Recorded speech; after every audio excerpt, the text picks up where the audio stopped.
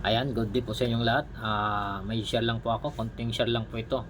Sa hindi pa nakakalam ano, may dumating akong tools para sa battery. Ayan, dahil yung battery natin ay palubat-lubat na, hindi natin alam kung ilan ba yung CCE. Ayan, pulang-pula na yung ano ko. Dahil sipon ano. Sorry guys. Ito guys, tuturo ko po sa inyo. Para po ito sa inyo dahil kung hindi nyo alam, bibili talaga kayo ng battery kahit yung battery nyo ay goods pa, bibili talaga kayo kapag hindi nag-start yung motor mo. Ayan, mas mabuti na mainam na alam nyo yung CCE at yung voltage nya, dahil yung CCE na yan po yung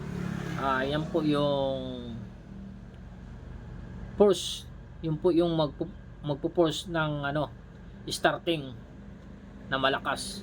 Yan po yung tinatawag na cold crank amp. Yan po yung CCA. Kaya ito guys, pakita ko sa inyo. Tingnan nyo ito. Ayun guys, good day po sa inyong lahat. May dumating sa atin ngayon. Ano kaya ito? Basahin muna natin. Saan ba? Ang liit. Ayan. Lancor Micro 200 Pro 12 volts car battery tester motorcycle battery. Ayan guys, ayan. Okay, buksan muna natin ano guys, kasi kailangan po natin ito at para hindi na tayo magkakahaka na palitan ng kagad yung battery kung hindi natin alam ano. May charging system naman tayo dito. Ito yung charger ko. Ayan, may tester tayo pero hindi natin alam kung anong sisiin ng ating battery. Ito guys, ito po yung ano, buksan natin. Ito yung bagong dating. Ayan, buksan muna natin ano. Oops.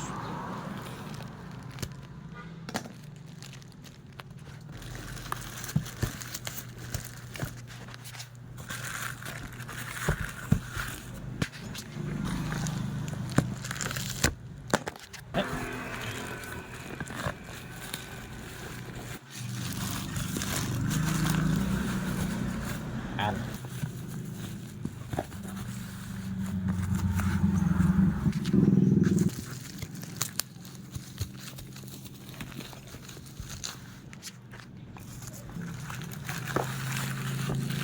Okay.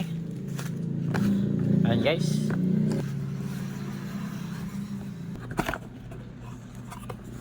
Guys yan. Ayan. Bagong bago po ito. Subukan natin ano.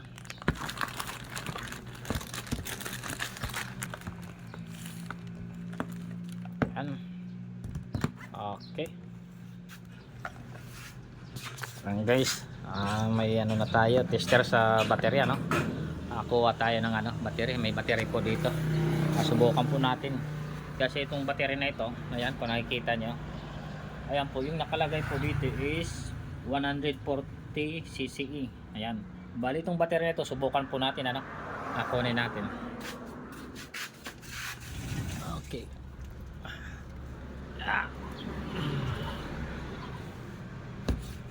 Ayan. Ayan, may bago tayong battery. Ito po ang susubukan natin ano, kasi bago po ito. Ayan. Ayan. Bagong bago po yan ha.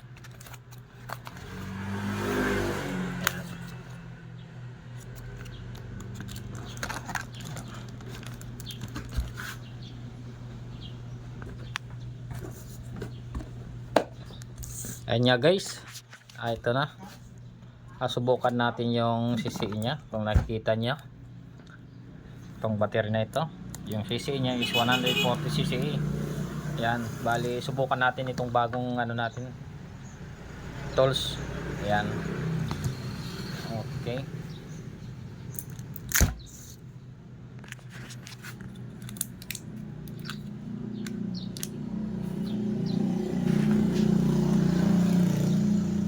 Ayan guys, itong ano guys, bali i-charge muna natin ano, kasi hindi po siya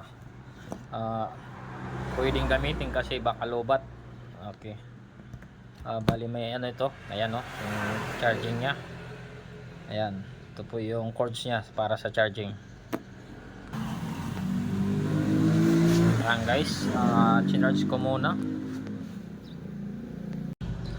Ito na guys, na-charge na po natin yung tester natin bali subukan natin dito muna sa sa lumang baterya bago dito sa bago nating subukan itong bagong battery. Ayan. Naka-sealed pa po 'yan yung CCE nito is 140 CCE. Ayan. Okay, kung makikita niya Ayan guys, subukan natin yung CCE nito. Ito muna, unahin natin yung lumang battery. Ito po yung bagong battery Ayan. Subukan natin.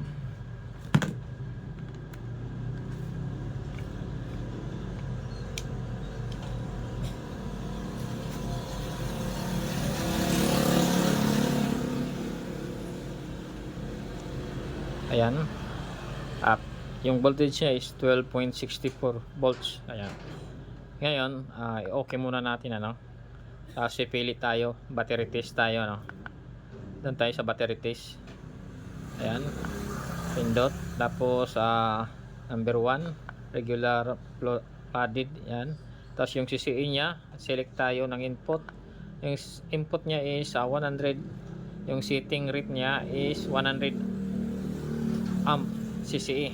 Yung sinasabi na ayan 100 amp CCE. Yun po yung sinasabi na cold crank ampere nya. Ito po yung setting nya setting rate. Ayan.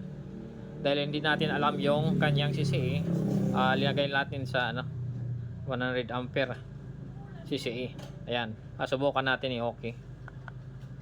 Ayan, testing. Ayan, yung battery po ay nasa 135 CCE. Yan po yung 135 cold crank ampere nya. Ayan. Okay, 100% is OH, 98% is OC, at 12 volts, 0.65 volts. Yan, good battery po siya. Ayan. Okay. Yan po yung dito sa bago, subukan natin itong bagong bukas natin ito. Subukan natin. Ito. Bagong bukas ito Subukan natin. Ito pakita ko muna sa inyo guys Yan. Yung nakalagay dito is 140 CCE. Subukan natin kung nagsisinungaling ba itong battery na ito. Okay. Bago po ito. Yan.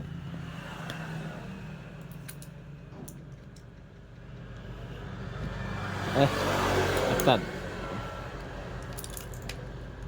Yan.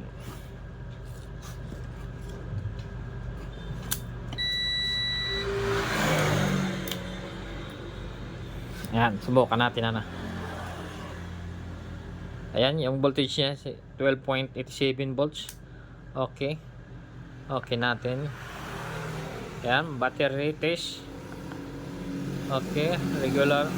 Pwedeng ilagay natin sa gel kasi gel po yan. Okay, lagay natin sa gel select natin sa gel. Okay. Yung CCE nya, select tayo input. Yan, ilagay ko lang sa 100 amp CCE, yung cold crank ampere nya. Ngayon, okay natin Okay, testing. Boom. Yon, lumabas. 110 CCE lang yung battery na ito. Ayan. Di ba? Kita nyo? 12.87 volts. Ngayon, para malaman natin talaga na 110 CCE lang yan, kasi pag sinit natin ito sa 140, magiging bad battery ito. Ayan subukan natin. Back muna natin back, tapos okay, tapos okay, lagay natin sa gel. Okay, tapos okay muna natin, tapos lagay natin sa 140 ito. Yan, 140, lagay natin sa 140 tingnan natin. Yan, dahil 140 po yung CCE nakalagay doon kung tama ba talaga. Okay, testing. Ayan, 110 110 CCE lang po ang ano, yung kanyang CCE. Ngayon, sabi dito replace, ibig sabihin bad ano po ito, bad battery. Ayan, dahil naka ano po siya sa 140. Ayan po. Ayan. Nagiging replace kaagad siya. Ano? Dahil yung linagay natin na amps is yung CCE niya, linagay natin doon is 140. Ngayon ibalik natin ano para alam nyo. Ayan. Balik natin. Back. Tapos okay. Tapos okay, taste. Tapos dito sa gel. Okay. Tapos yan, ibabalik natin ito sa 110. O yan, 110 kasi yung naka ano dun dati is 110 lang yung CC. Okay, test natin. Ayan, good battery po siya, no? Dahil 110 lang yung CC niya. Kung makita niyo, 110 CC lang. Yung sinit up natin dito is 110. Ayan po.